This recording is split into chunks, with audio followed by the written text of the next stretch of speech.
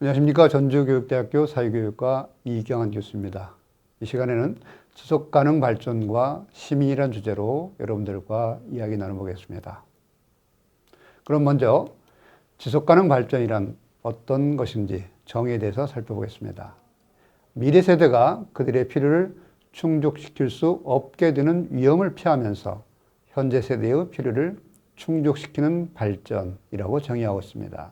즉, 미래 세대가 새로운 능력을 개발하는 걸 전제하지 않고 우리 세대가 그 필요를 충족시키면서 발전할 수 있는 요소들, 이것을 지속가능 발전이라는 정의를 하고 있습니다. 지속가능 발전을 위한 유엔의 노력은 여러 가지 살펴볼 수 있는데요. 먼저 유엔 환경개발위원회에서 브론트란트 보고서를 제출합니다. 보고서 제목은 우리 공동의 미래라는 책이 되겠습니다. 여기서 지속적인 성장에서부터 지속 가능한 성장으로 관점이 크게 변화됩니다.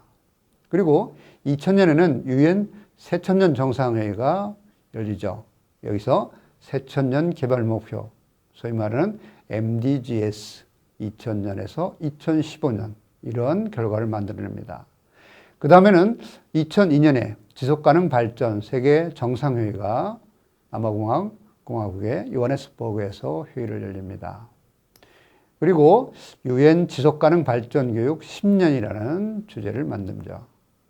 유엔 총회에서 2015년에 지속가능 발전을 위한 2030 어젠다를 채택합니다.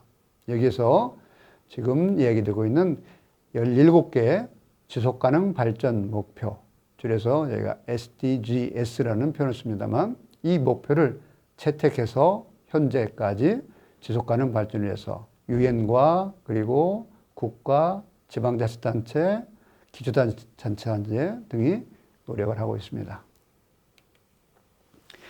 그 목표 17개를 보면 이런 모습이 되겠습니다. Sustainable Development Goals라는 1번에서부터 17번까지 17개의 목표가 되겠습니다. 이 17개 목표를 좀 더 살펴본다면 어떤 모습인가 보겠습니다. 대체로 지속가능 발전의 목표는 어떤 걸 기반하고 있는가? 세 영역을 기본적으로 추구하고 있습니다. 하나는 사회발전, 경제성장, 그리고 환경보전, 이 세 영역을 기본적인 추구를 하고 있습니다. 이런 점들은 이제 초등학교 교과서에서도 지속가능 발전을 세 영역으로 제시하고 있습니다. 그래서 사회적 측면에서는 모든 사람이 평등하고 행복한 삶을 지향하는 목표를 갖고 있죠. 경제부자는 환경을 고려하면서 인류가 지속적으로 발전할 수 있는 경제개발을 추구해보자, 이런 얘기입니다. 또 환경적 측면은 어떨까요?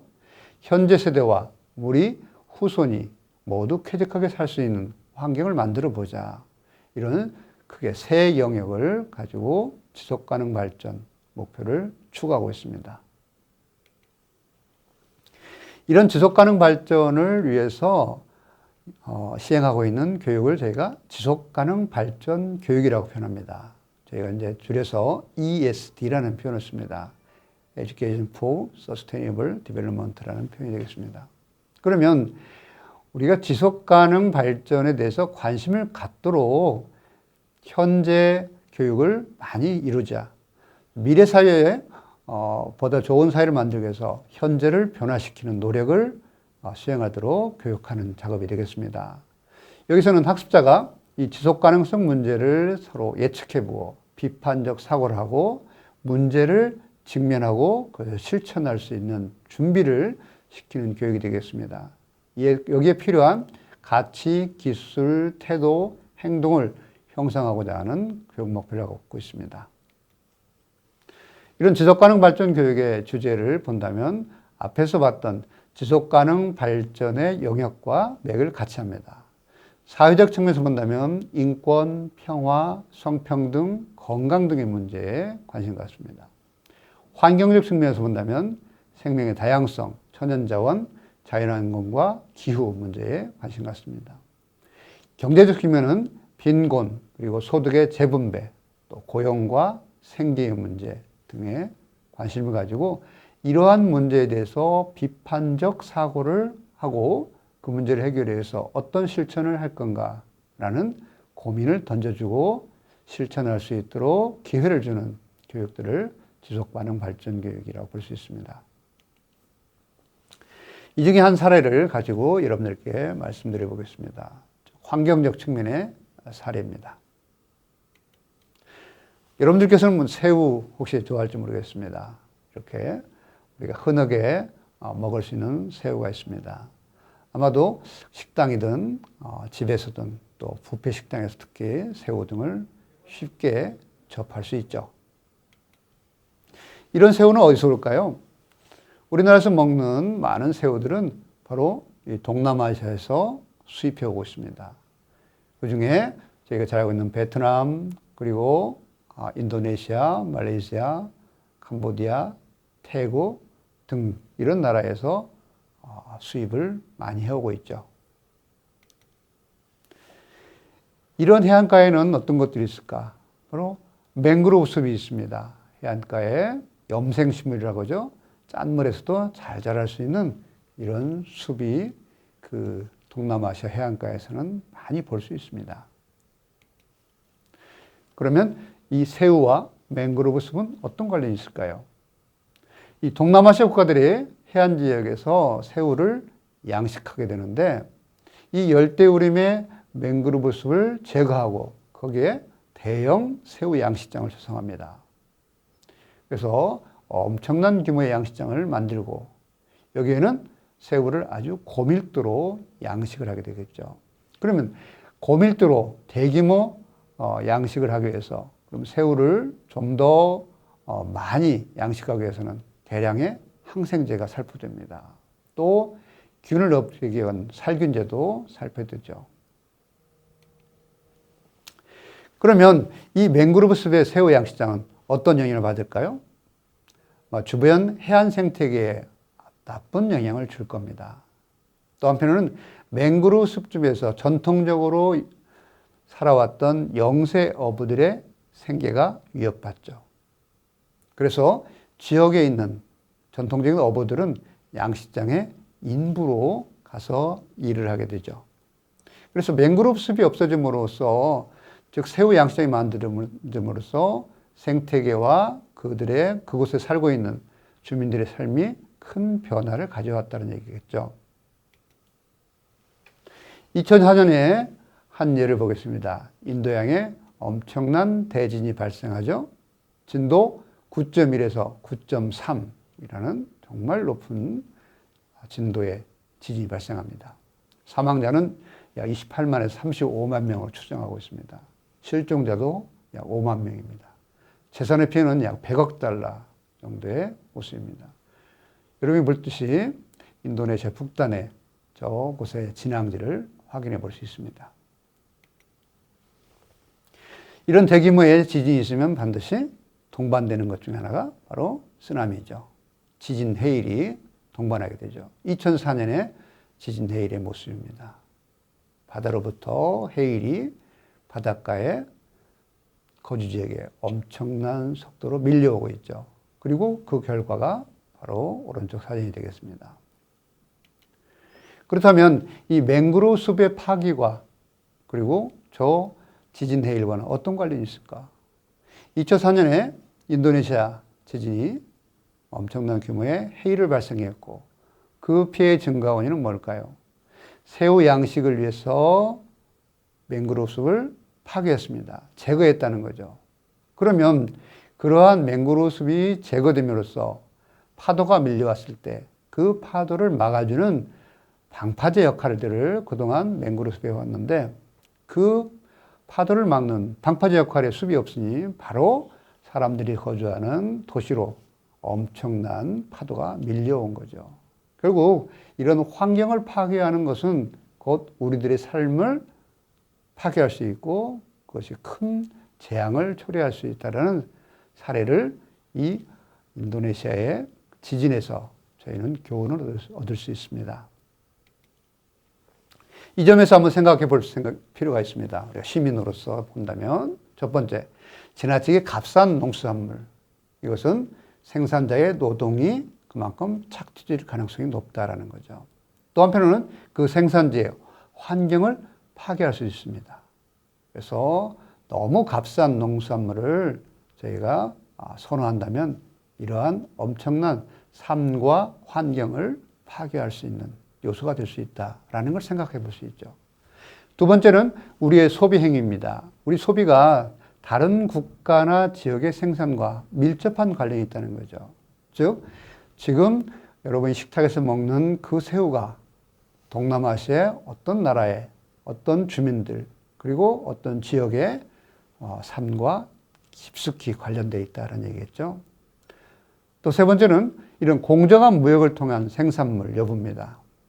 그래서 한편으로는 아동의 노동력을 착취한 결과물인지 이런 고민들도 함께 해봐야 된다는 거죠. 그래서 우리가 하나의 소비 행위를 하지만 그 소비 행위가 곧 다른 곳의 사람들, 다른 환경, 또 다른 약자의 착취 이런 것과 연결되지는 않았는가라는 점들을 한 번쯤 더 고민해 보게 만드는 거죠. 바로 이게 세계 시민으로서의 생각해 볼 대목입니다. 그럼 이런 문제를 해결하기 위해서 많은 사람들이 세계 시민으로서 스스로 자기 역할을 합니다. 환경 문제를 해결하기 위해서 어떤 분들은 이제 플로킹, 우리말로 좀 변화시킨다면 줍깅이라는 표현도 씁니다. 즉, 조깅을 하면서 쓰레기를 줍는 환경보호 운동이죠. 줍다라는 표현에서 의미를 갖고 있고요.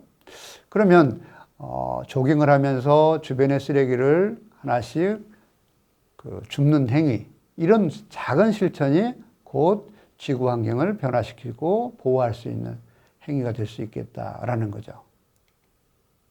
자, 이런 모습이 바로 줍깅의 모습입니다. 그 다음에 하나는 이제 플라스틱 환경 문제도 저희가 제시하죠. 플라스틱으로 인해서 많은 환경 문제가 발생합니다. 가장 많이 논란된 것 하나가 이제 플라스틱 빨대 사용 논란이었죠. 그래서 이것들이 지구상에 사라지기 위해서는 500년의 시간이 걸린다라는 거죠.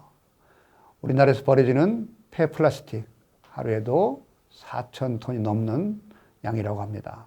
그렇다면 연간에 10만 마리 해양 포유류, 또 100만 마리의 바다 새들이 죽어가게 할 수도 있다는 거죠.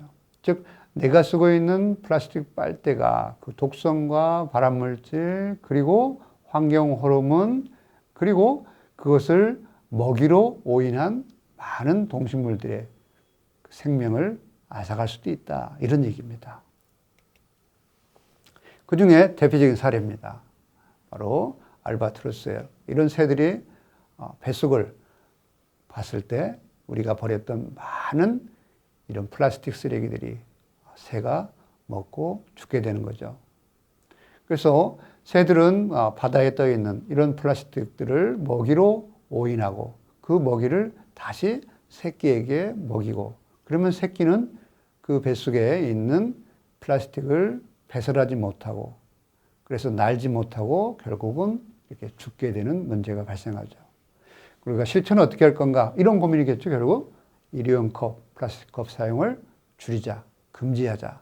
어떻게 보면 좀 더 다용도로 혹은 다회 쓸 수 있는 컵으로 바꿀 것인가? 머그컵, 텀블러 사용 이런 것들을 활성화하자라는 실천을 할 수 있겠죠. 즉, 나의 작은 실천으로 지구 환경을 보호할 수 있고 변화시킬 수 있다라는 생각입니다. 그러면 우리가 지속 가능한 발전을 위해서 어떤 모습으로 우리가 실천할 수 있을까? 그 중에 환경 문제를 생각해 본다면 지속 가능한 소비를 이렇게 실천할 수 있을 것이다. 기왕이면 이제 국산 농수산물을, 그리고 불필요한 쇼핑을 좀 줄이고, 또 사회적 기업에서 만든 제품 등을 구입하는 거. 아마도 안 쓰는 물건을 서로 나눠 쓰면 또 소비가 줄지 않겠나. 종이컵을 좀 덜 쓰고 비닐봉지 대신에 천가방을 쓴다든가 다양한 방식으로 생활 속에서 환경을 생각하면서 소비를 할 수 있다라는 거죠. 또 한편은 이제 물과 에너지를 아낄 수 있습니다. 빈 방에 불 끄는 거, 대중교통을 타는 거, 또 양치할 때 컵을 사용하는 거, 전기 사용하지 않는 제품들, 코드 뽑기 등등을 한다면 우리가 물과 에너지를 아낌으로써 스스로 지구 환경 혹은 지속 가능한 발전에 도움이 될 수 있다는 얘기입니다. 또 다른 측면에서 보면 여행할 때도 저희가 작은 실천을 할 수 있어요. 아마 그 현지인들이 운영하는 숙소, 식당 등을 좀 이용하면 훨씬 더 도움이 된다라는 거죠. 그리고 정당한 대가를 지불하려고 노력해야 됩니다. 너무 싼 가격에 하는 것은 다른 사람들의 노동을 착취할 수가 있습니다. 그래서 여행지에서도 여러분들 스스로 동물을 혹사하는 프로그램들 이런 걸 좀 참여하는 거 이것도 한 방법입니다. 뭐 저는 개인적으로 코끼리 타기를 하지 않습니다만 그 이유는 코끼리의 방향을 좌우로 하기 위해서는 코끼리 귀를 갈고리로 찍어야 됩니다. 그러면 동물의 고통을 통해서 우리가 여행의 즐거움을 얻는 것 이 자체가 불공정하다라는 얘기겠죠. 또 시민단체 활동을 통해서도 여러분들이 많은 도움을 줄 수도 있습니다. 내가 직접 활동하지 못한다면 이런 단체를 통해서 간접적 활동도 할 수 있죠. 또 그래서 국제개발협력단체, 환경단체, 인권단체, 평화, 교육단체 등 많은 시민단체의 후원자로서도 여러분들이 가입해서 한다면 우리 사회의 지속가능한 발전을 위한 실천이 가능하겠습니다. 이처럼 큰 주제로서 고민할 수도 있겠지만 저희가 생활 속에서 어떻게 실천할 건가 그 작은 실천이 지구 환경을 바꿀 수 있고 보호할 수 있습니다. 아마도 이런 모토로 우리가 고민을 해볼 수 있겠죠. 전 지구적으로 생각하라. 그리고 지역적으로 실천하라. 이 얘기는 나의 작은 행위가 지구 전체에 어떤 영향을 줄 건가라는 고민을 생각해 보자는 거죠. 그리고 그 문제를 내 삶의 주변에서부터 작은 문제에서부터 실천해 간다면 우리가 전 지구가 지속 가능한 발전을 할 수 있고 그 혜택을 내 스스로가 누릴 수 있다라는 의미가 되겠습니다. 자, 세계 시민으로서 여러분들이 지속 가능 발전에 작은 참여가 곧 지구 전체를 살릴 수 있고 우리 모두의 더불어 사는 세상을 만들 수 있을 것입니다. 감사합니다.